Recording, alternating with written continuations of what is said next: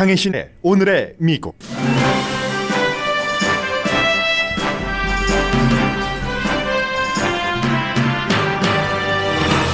트럼프 대통령은 하원에서 2번 탄핵을 당하는 최초의 대통령이 될 게 거의 분명하고 임기를 끝내고도 탄핵 재판을 받을 게 거의 확실해졌습니다. 그러나 연방 하원이 이번 주 트럼프 대통령을 탄핵한 뒤에 상원에 보내는 건 연기할 예정입니다. 탄핵 목적이 자리에서 쫓아내는 게 아니라 앞으로 대통령에 출마할 자격을 박탈하는 것이기 때문입니다. 현재로서는 탄핵도 수정헌법 25조도 사임도 트럼프 대통령 임기 중에는 일어나지 않을 것으로 예상됩니다. 의사당 난입 사건 전후로 의회 경찰국이 국방부와 국토안보부에 방위군 배치를 요청했으나 거부당했다고 사임한 의회 경찰국장이 밝혔습니다. 의사당 난입 폭도들에 대한 관대한 경찰 대응은 노예제 당시에 시작된 경찰의 백인 보호 현상 유지 때문이라는 지적이 강합니다. 세계 최대의 호텔 체인을 비롯한 대기업들이 공정한 선거 결과를 부정한 공화당 정치인들이 민주주의를 무시했다는 이유로 그들에게 기부하지 않겠다고 밝혔습니다. 트럼프 대통령의 기금 모금 창구였던 스트라이프가 의사당 반란 이후 트럼프 캠페인으로 들어가는 기금 접수를 받지 않겠다고 밝혔습니다. 지난 주말 트럼프 대통령을 퇴출시킨 트위터의 대한 소셜미디어인 팔러가 오늘부터 접속이 중단됐습니다. 구글과 애플의 앱 다운로드 중단에 이어 서버인 아마존이 서비스 중단을 선언했기 때문입니다. 중앙정보국장 자리에 33년 외교 베테랑인 전 국무부 부장관이 지명될 예정입니다. 윌리엄 번스 지명자는 공화 민주 5명의 대통령 아래 여러 포지션에서 일했습니다. 민주당 정치인들이 바이든 인수팀에 국무부 인선에서 인종의 다양화를 요구하라는 편지를 보냈습니다. 코로나 바이러스는 현재 백신 접종 등에서 아웃 오브 컨트롤입니다. 여러분 안녕하십니까? 오늘의 미국 강혜신입니다. 오늘 미국이 1월 11일 이제 트럼프 대통령 임기는 아흘에 남았습니다. 탄핵이냐? 수정헌법 25조를 발효해서 대통령을 쫓아내고 부통령이 대통령 자리를 며칠 동안만이라도 지키느냐, 아니면 트럼프 대통령이 예전에 리처드 닉슨이 그랬었던 것처럼 사임을 할 것인가, 이 세 가지는 일단 오늘 현재로서는 이변이 없는 한 일어나지는 않을 것으로 보입니다. 그러나 이 세 가지가 일어나지 않는다고 트럼프 대통령에게 그동안 대통령이 해왔었던 모든 일에 대한 면죄부를 준다던가 이렇게 덮어버린다던가 그런 것도 아닙니다. 우선 앞부분에 이 내용을 먼저 전해드리겠습니다. 지금 하원에서는 수정헌법 25조와 탄핵을 거의 그 동시에 추진해 나가는 형태입니다. 왜냐하면 날짜가 아흘에밖에 남지 않았기 때문입니다. 하원에서 탄핵 초안이 탄핵 말하자면 문안이 발표가 됐고, 그리고 이제 하루 시간을 마이크 펜스 부통령에게 줍니다.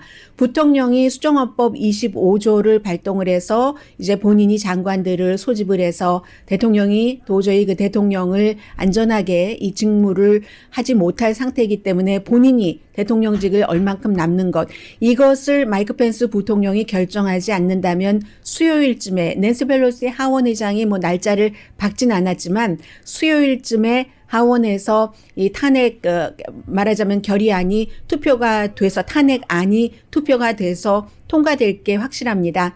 민주당이 민주당으로서는 만장일치를 원하고 있지만 만장일치가 될지 아니면 한두 명 이탈표가 나올지는 모르겠습니다만은 하원에서의 탄핵안은 과반수만 통과하면 되기 때문에 이건 당연히 공화당이 설령 협조를 하나도 하지 않는다 하더라도 될 일이고요. 그러나 이제 이 탄핵안에 대해서 뭐 상원으로 보내고 그런 문제들이 있습니다. 어쨌든 수정헌법 25조는 어떻게 되냐면 아직까지는 특별한 일이 없는 한 마이크 펜스 부통령이 수정헌법 25조를 원하지를 않는 것으로 현재로선 그렇게 보입니다. 그리고 장관 2명만 사임한 것이 아니라 트럼프 행정부의 여러 장관들이 지금 장관이 아니라 상원의 인준을 받은 대행 체제로 진행이 되고 있기 때문에 장관 대행이 수정헌법 25조에 대해서 본인들의 의견을 제시할 만한 권한이 있는지 이것도 지금 문제고요.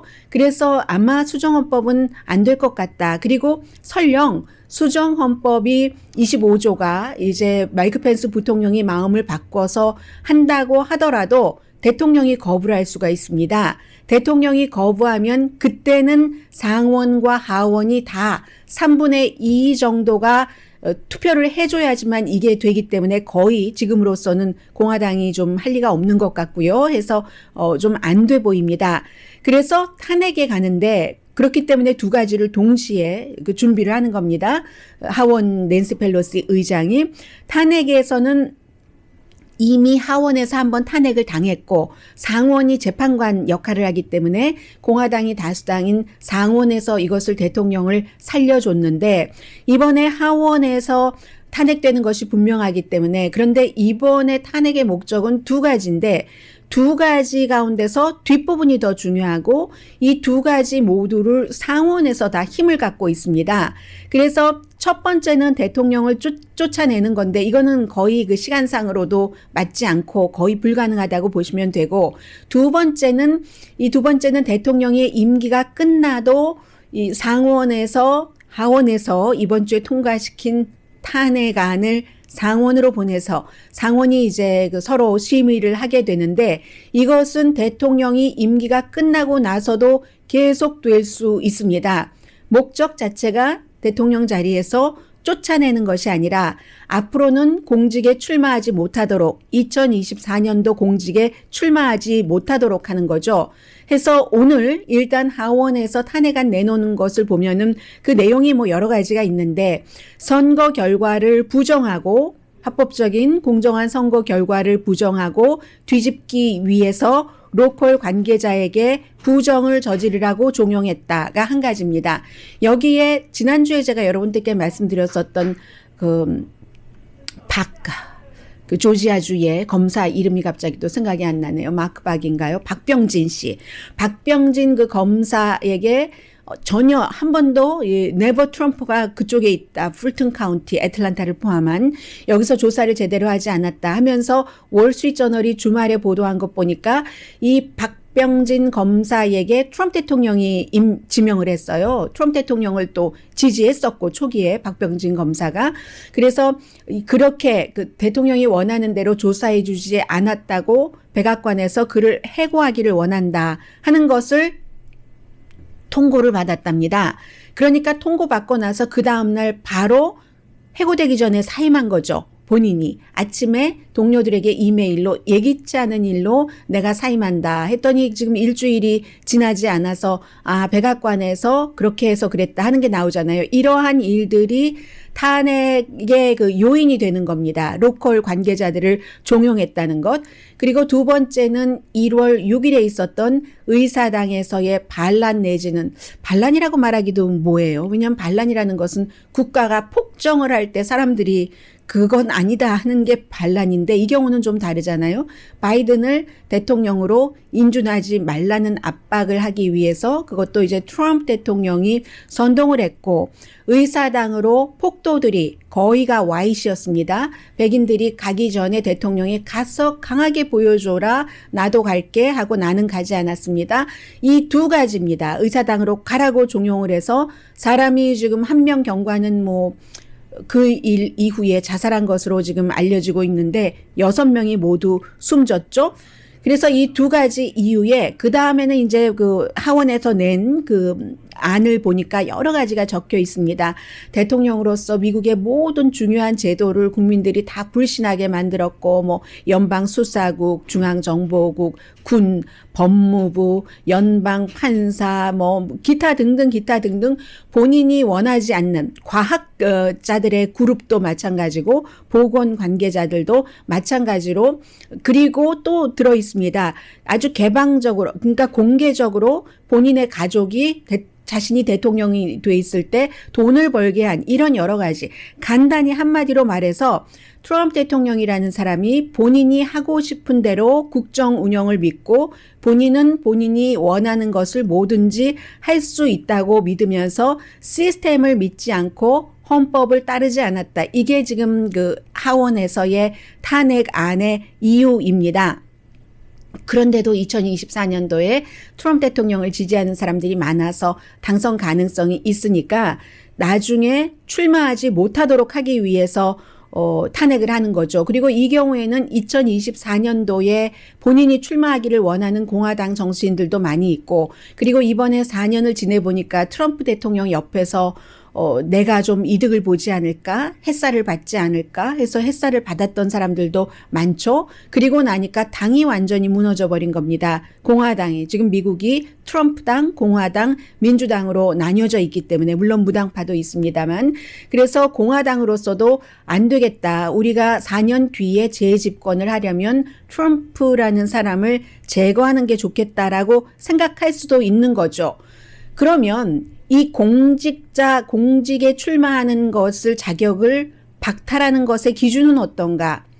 헌법에는 이게 정확하게 나와 있지 않다는 거예요. 탄핵의 경우는 하원은 과반수가 정치인들이 찬성하면 되고 상원의 경우는 3분의 2인데 이것은 대통령을 쫓아낼 때, 첫 번째 케이스일 때 그렇고, 다음에 공직자에 출마하는 자격을 박탈하는 것에는 이게 3분의 2여야지 되는지 과반수여야지 되는지 헌법에 명시되어 있지 않답니다. 그래서 이제 헌법학자들이 이 해석이 그 분분한 건데, 지금으로서는 과반수만 돼도 트럼프 대통령이 2024년도에 다른 공직자 선거에 출마하지 못하도록 이 상원에서 막을 수가 있다. 뭐 이런 얘기가 지금 나오고 있고요.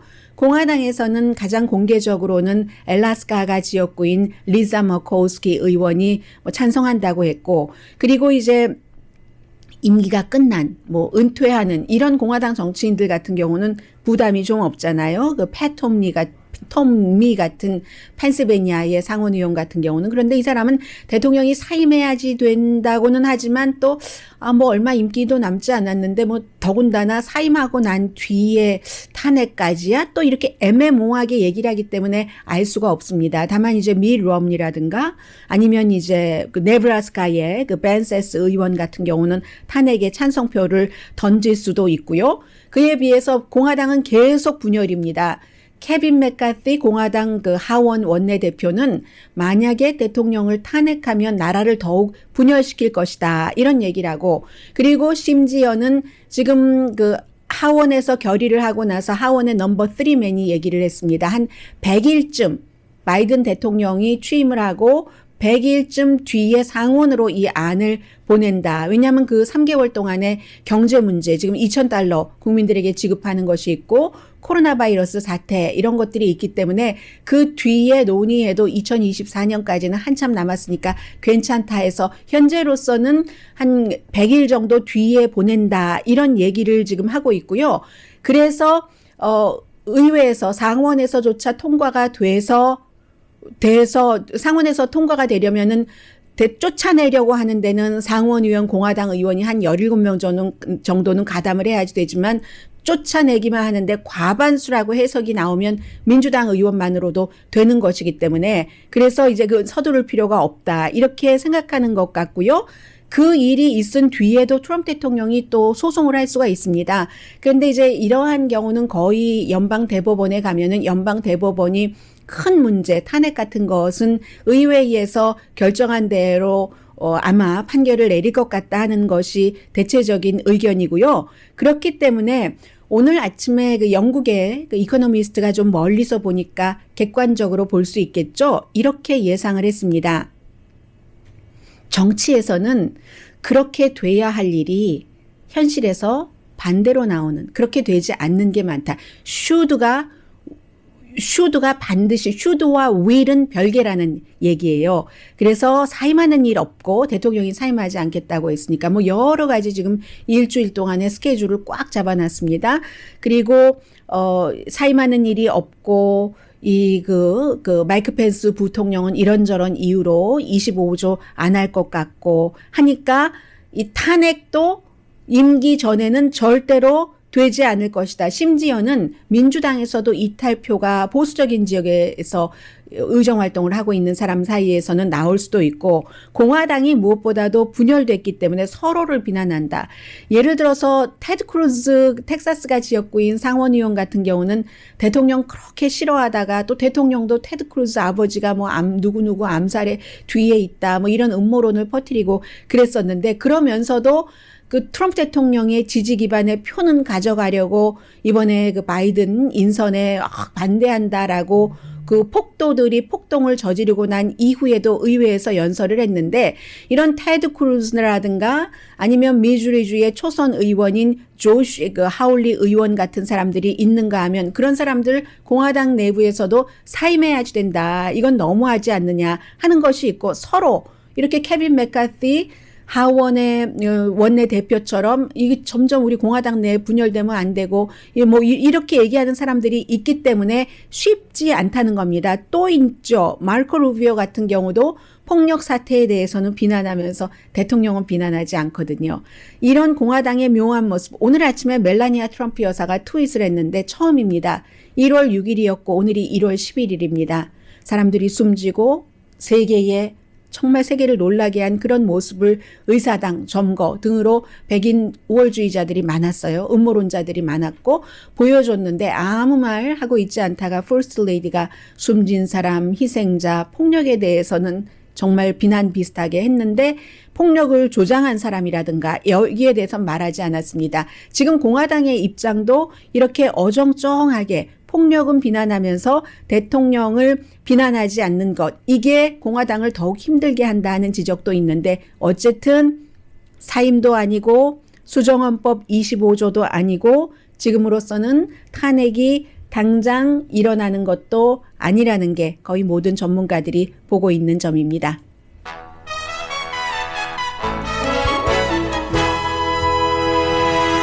지금으로선 가장 중요하게 생각되는 게 이번 주 일요일 17일에 다시 한번 대규모 시위 같은 것을 트럼프 대통령을 지지하는 그룹이 벌인다고 하고요. 첫 번째에서 실패하면 두 번째에서 나름대로 성공할 가능성도 높죠.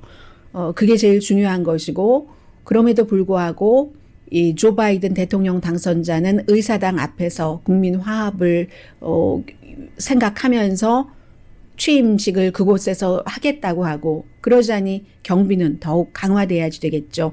잠시 뒤에는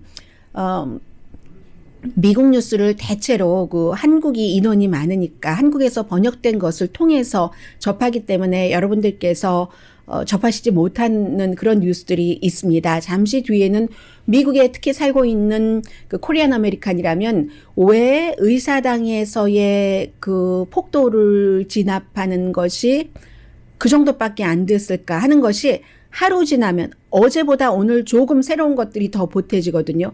왜 그랬을까? 왜 그랬을까? 그럼 앞으로도 계속 그럴 것인가? 지금까지는 이런 문제들이 지적되지 않았는데, 이걸 노예제와 연관시키는 한 교수의 컬럼이 저는 굉장히 인상적이었거든요. 잠시 뒤에 전해드리고, 그리고 국방부하고 국토안보부에서 방위군 보내달라고 했는데도 보내주지 않았다는 것 아니겠어요? 잠시 뒤에 전해드리겠습니다. 라디오 서울 방송 오늘의 미국 듣고 계십니다. 의회 경찰국장 이름이 스티븐 썬드라는 분. 전 같으면 의회 경찰국장 이름까지 제가 여러분들께 불러드릴 그럴 계기가 거의 없었을 텐데, 혹시 제가 지난주에 방송하면서 그 워싱턴 DC 경찰국장이 사임했다고 말씀드리지 않았는가 모르겠어요. 워싱턴 DC 경찰국장이 아니라 의회 경찰국장입니다. 의회에도 의회 경관들이 있고 워싱턴 DC에 있고 뭐 또 연방에 있고 하잖아요. 그래서 의회 경찰국은 260명이 있고 또 1년에 예산이 한 그 4억 달러나 되기 때문에 보스턴 경찰국보다도 더 큽니다. 그런데 이 스티븐 선드 경찰국장이 뭐 낸시 펠로시 하원 의장들이 사임해라. 왜 그만큼밖에 막지 못했는가 해서 지난 목요일에 사임을 한다고 발표를 했죠. 그리고 나서 워싱턴 포스트와 인터뷰에서 밝혔습니다. 이 일이 1월 6일 이제 트럼프 대통령이 언제부터 지난해부터 계속 1월 6일에 모이라 해서 뭐 팔러도 지금 접속 안 돼요. 오늘은 이런 곳을 통해서 계획을 하고 무장을 하고 그쪽에 들어가서 의사당을 뭐 점거하고 기타 등등 계획들을 세웠었죠. 그런데 이 의회 경찰이 시위가 있기 전 그리고 시위가 이미 폭력으로 반란으로 폭동으로 변한 그 이후에도 적어도 6번을 국방부와 국토안보부에 빨리 방위군을 보내달라라고 요청을 했는데 거부됐다고 얘기를 했습니다. 5시 40분에야 방위군이 도착을 했습니다. 5시 40분이면 워싱턴 DC의 이제 시장이 통행금지를 발효하기 20분 전이었어요. 6시부터 다음날 새벽 6시까지 통행금지를 발효를 했죠. 그래서 이 경찰국장이 사임은 했어요. 왜 이런 얘기를 했느냐면은 어떤 형태로 얘기를 했냐면 의회 경찰국에 경찰국장이 있고 또 군인이 있어서 뭐 병장 이 정도 되나 봐요. 상원과 하원에도 역시 그 담당하는 병장들이 있는데 하원의 병장이 의회 경찰국장에게 아무래도 이것은 너무나 대규모고 이러이러하고 터프하고 뭐 총 같은 것도 관련이 될 수 있고 하니까 미리 군대 병력을 요청하는 게 좋다라는 그 제안을 해서 의회 경찰국장이 그런 형태로 국방부와 국토안보부에 요청을 했는데 거부당했답니다. 그리고 하원의 이 병장 담당자와는 달리 상원의 병장은 거부를 했답니다. 의사당에 군인들의 모습이 있는 것이 영 꺼름칙하다고. 근데 지난 6월 달에요. 지난 6월 달에 블랙 라이브스 매터 5월 25일인가에 미네소타에서 9분 동안이나 목 졸려서 흑인 조지 프로이드가 백인 경관에 의해서 숨지고 난 뒤에 그 당시에는 굉장히 평화적인 시위였어요. 워싱턴에서. 그 시위대 앞에 유니폼 딱 입고 경관들이 유니폼이 아니라 군복들 입고 완전히 무장한 채로 있었어요. 그런데 이번에는 그런 모습이 싫다고 얘기를 한다는 겁니다. 이번에는 달라진 것은 시위대가 거의 백인이고 트럼프 대통령을 지지한 사람이고 당시에는 흑인과 유색인종이 많았죠. 물론 백인들도 있었습니다만은 그랬다는 겁니다.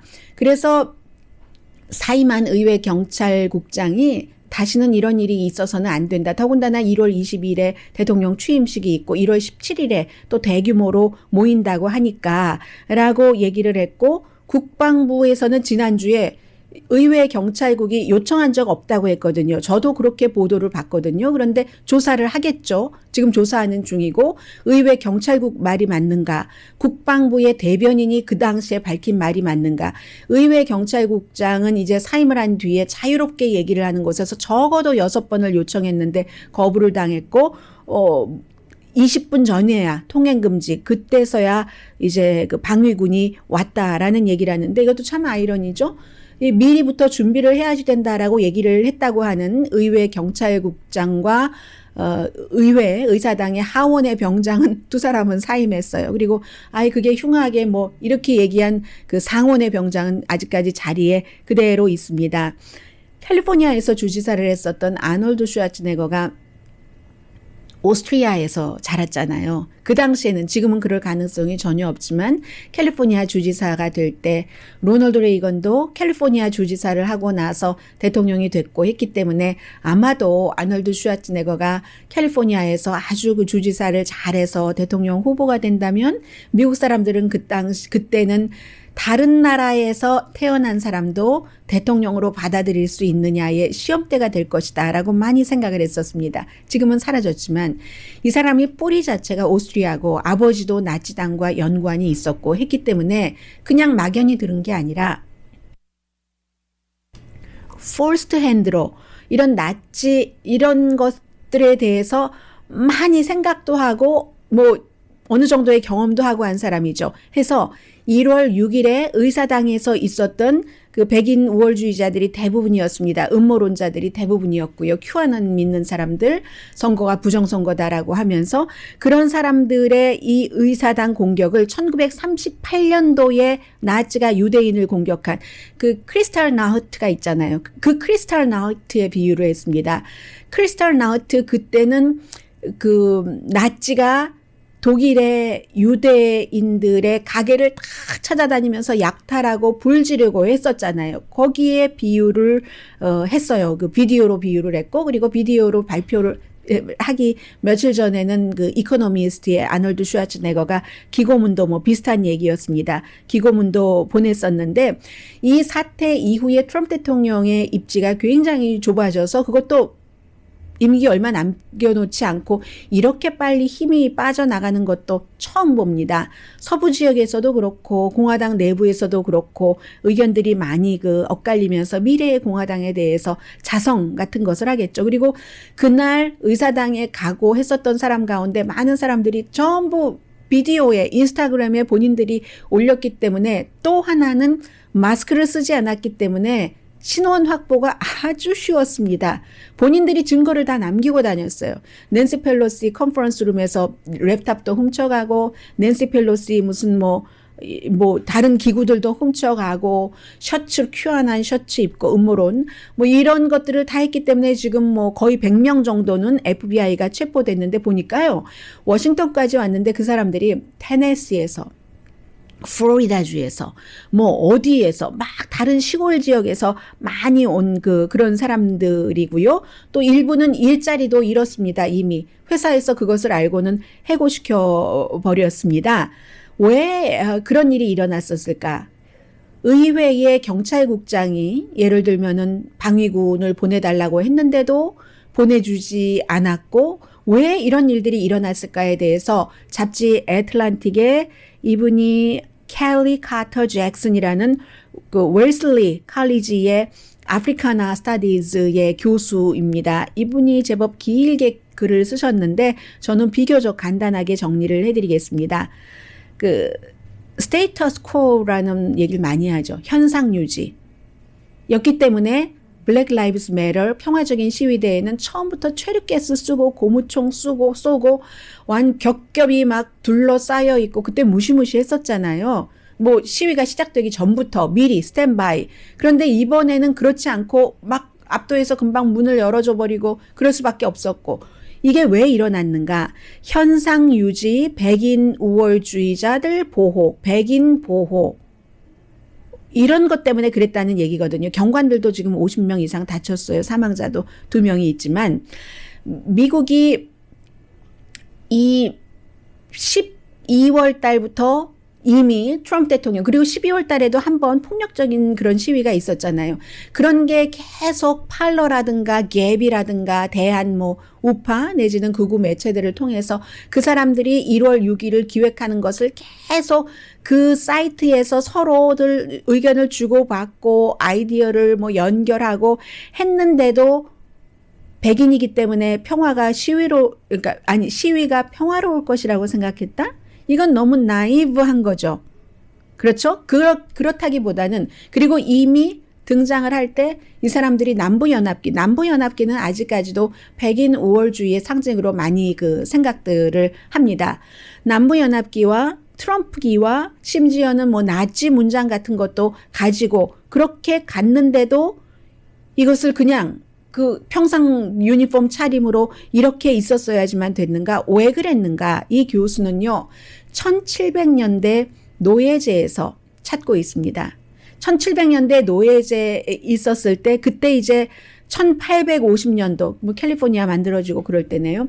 그때 이제 노예제 무슨 법이죠? 도망자 노예법이라는 게 만들어졌답니다. 도망자 노예법이라는 게 뭐냐면은 조선시대에 노비가 도망가면은 그 노비를 찾아서 주인에다 가져다가 주고 돈 받는 사람들 있잖아요. 그런 형태로 미국 경찰이 만들어졌다는 겁니다.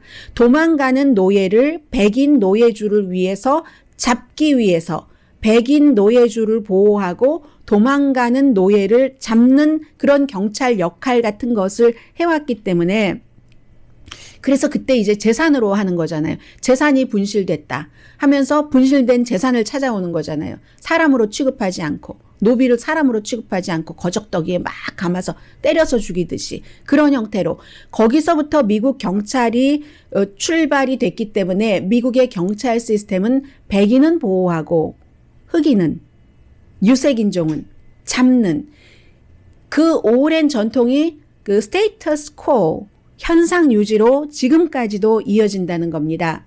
뉴욕의 그 경찰국에서 블랙 라이브스 매터에 대해서 얼마나 그 잔혹하게 그 경찰국이 그 당시에 진압하고 했던 거 한 것에 대해서 111페이지짜리 보고서가 나왔습니다. 그 보고서에 보면은 5월 25일이 백인 경관에 의해서 9분 동안이나 목 졸라서 숨진 조지 플로이드 사건이 미네소타주에서 일어났는데 그 이후에 정말로 그 블랙 라이브스 매터의 시위에 관한 대응 물론 부분적으로는 과격한 시위도 오레곤주, 포틀랜드 이런 데서 있었지만 정말로 워싱턴 DC에서는 평화적인 시위에 대통령이 나가신다, 길을 비켜라, 최루가스 미리 쏘고 했었던 일, 기마병이 막 다니고 하는 거 우리 텔레비전에서 다 봤잖아요. 이번에는 그렇게 많은 사람들이 뭐 무섭게 등장을 워싱턴에 하는데도 조용하게 대처하려다가 완전히 초반에 한 뭐 10몇 분에 압도당해 버리고 그야말로 도둑을 받아들인 그런 형편밖에 안 되는데 이 조지 플로이드 사건이 일어나기 전에 블랙 라이브스 매터 시위가 일어나기 전에 한 달 전인 4월 3일에 미시건주에서의 완전히 그 전쟁터에서 쓰는 장총을 들고 미시건주 주정부 청사를 들어갔었던 백인 그룹들을 기억하실 겁니다. 저도 그 당시에 보도를 해드렸어요. 그때 백인 그룹들이 미시건주에 들어간 것은 미시건 주지사가 그때도 지금도 민주당이에요. 여성 뭐 떠오르는 민주당의 스타라고도 볼 수 있고요. 이 코로나 바이러스가 하도 많이 퍼지니까 stay at home 정책을 시행을 했더니 stay at home은 무슨 stay at home 하면서 마스크 쓰지 않은 무장한 사람들이 그게 이제 총을 가지고 갈 수 있는 게 법이기 때문에 들어가서 완전히 활개짓을 하고 있는데 그 당시에 체포된 사람이 2명밖에 안 되거든요. 이게 백인과 백인이 아닌 다른 유색 인종의 시위 내지는 모든 그 표현의 자유에 대해서 경찰이 대응하는 방식이다. 1700년대 노예제가 있었던 그때부터 시작한 백인을 보호하고 다른 유색인종을 억압하는 그때의 유색인종은 물론 흑인이 됐습니다만 이런 그 스테이터스 코 현상 유지에 따라서 이렇게 됐다라고 웨슬리 칼리지의 아프리카나 스타디즈의 켈리 카터 잭슨 교수가 잡지 그 애틀란틱에 이렇게 썼습니다. 그런 의미에서 저는 첫 번째 아프리칸 아메리칸 연방 상원 의원이 나왔고 조지아주에서 첫 번째 유대계 연방 상원 의원이 조지아주에서 나왔고 이런 것들이 굉장히 미국의 미래에는 밝게 될 수 있는 중요한 요인이라고 생각됩니다. 이 두 사람은요 아직 조지아주에서 인증하는 과정이 있잖아요. 그 과정이 끝나지 않았기 때문에 상원 업무를 보지 못하고 어제 그래서 그 워넉이죠. 그 레이첼 워넉 그 아프리칸 아메리칸 목사 출신의 이 목사가 어쩌면 마지막 설교였는지도 모르겠네요. 어제 그 교회에서 설교하는데 역시 이 의사당 그쪽에서의 폭동에 대해서 많이 얘기를 했습니다. 잠시 뒤에는 대통령의 힘이 이렇게 빨리 빠지나요? 모든 소셜미디어가 다 대통령을 거부했고요. 그리고 대통령을 지지하는 그룹들에 대해서도 많은 그 소셜미디어들이 거부하고 기업들도 마찬가지고 잠시 뒤에 전해드리겠습니다. 스포츠계에까지 이런 일들이 퍼지고 있습니다.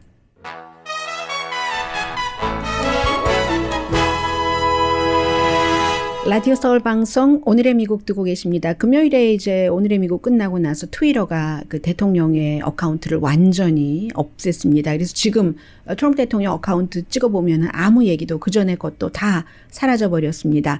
그런데 뿐만이 아니라요. 거의 모든 소셜미디어에서 다 트럼프 대통령이나 아니면 이제 트럼프 대통령과 가까이 지냈던 그런 뭐 음모론자 뭐 개인이라든가 이런 사람들의 어카운트를 지금 다 지우고 있거든요. 큐아난과 연관된 뭐 예를 들면 레딧 뭐 너무 많은 분들이 아시지 못하는 이름도 많이 있는데요. 뭐 인스타그램, 스냅챗 같은 데는 흔히 아실 테고 틱톡도 그렇고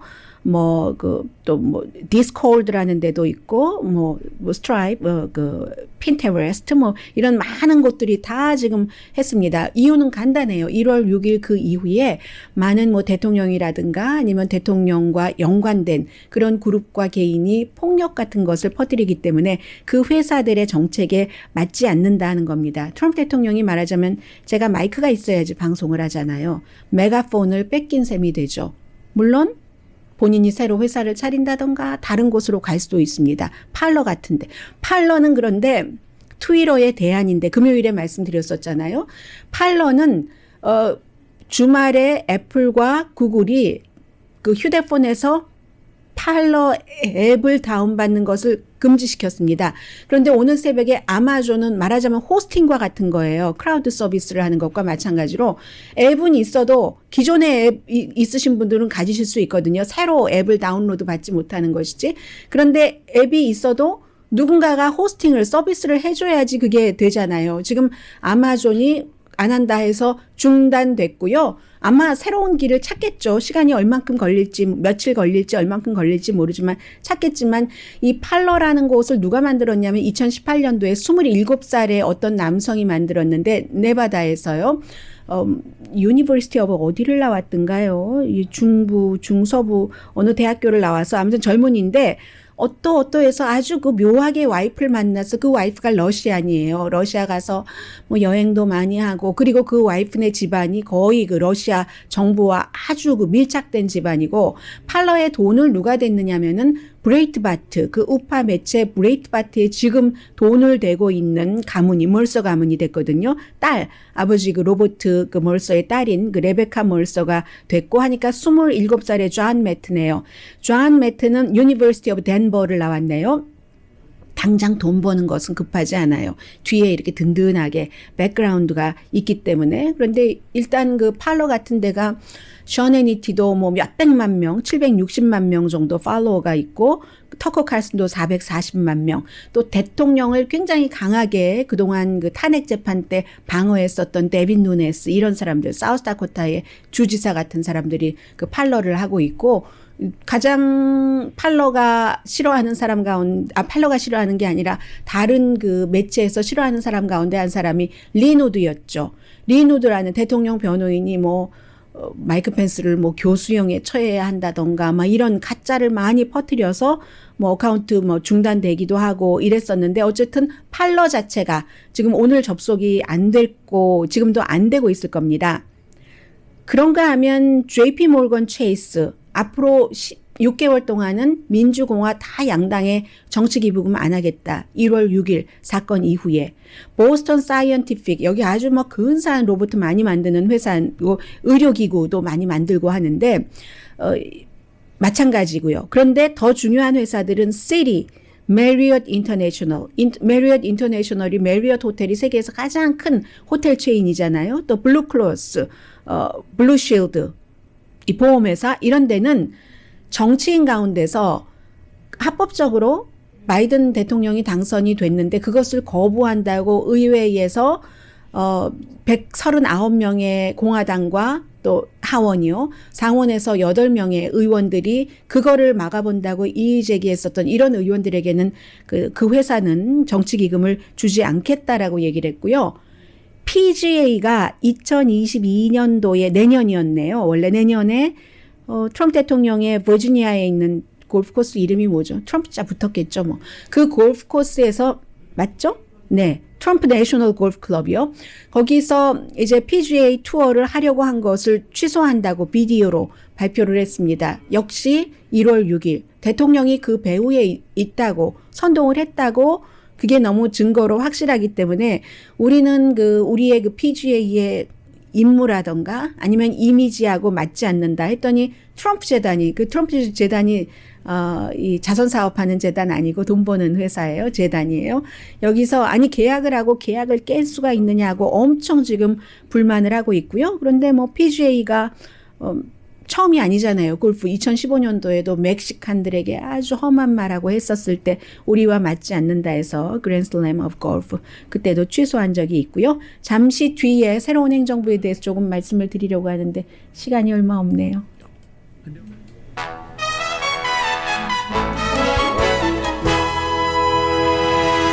라디오 서울 방송 오늘의 미국 듣고 계십니다. 네, 베테랑은 베테랑인데 정보 사이드의 베테랑은 아니네요. 외교부에서 33년을 일해서 뭐 외교관도 지냈고요. 요르단과 러시아 대사도 했고 윌리엄 번스를 CIA 국장으로 지명한다는 얘기입니다. 오바마 시대에는 국무부의 부장관을 했고요. 뭐 그 전에 5명의 공화당과 민주당 대통령 아래서 여러 이렇게 외교 관계 문제를 일을 했고 이란의 핵 협상을 할 때도 관여를 했었습니다. 국무부 부장관이었었으니까요. 그래서 외교관이 정보국장이 되는 것은 처음이고요. 이로써 이제 마지막 바이든 행정부의 중요한 인선은 끝나는 것 같습니다. 민주당 정치인들이 바이든 그 인수팀의 국무장관 지명자에게 특히 국무부의 인선, 특히 이제 외교관이 남아있잖아요. 외교관을 조금 다양한 인종으로 해달라라는 편지를 보냈는데 특히 이제 그 호아킨 카스트로와 지금 텍사스의 하원 의원이죠. 또 다른 의원들이 편지를 국무장관 지명자인 토니 블링켄에게 보냈습니다. 카스트로 그 의원이 뭐라고 얘기를 하냐면요. 사람이 정책이다. 사람이 정책이다.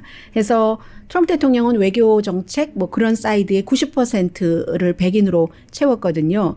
보통 이제 외교관 하면은 특히 이제 대사 자리는 30% 정도는 정치적으로나 아니면 본인에게 기부한 사람으로 채우죠.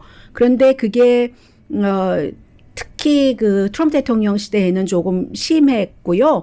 바이든 당선자는 지금으로선 가능한 한 가장 적절한 사람을 배치한다라고 얘기를 했는데 트럼프 대통령은 정치적으로 그렇게 배치한 게 44%가 되고 오바마 대통령은 30%. 그때 오바마 대통령 때 성킴 그 코리안 아메리칸이 대사로 됐었던 사람이잖아요. 아시안이 없어요. 에이시안이. 트럼프 대통령 시절에는 뭐 거의 없었다고 볼 수 있고요.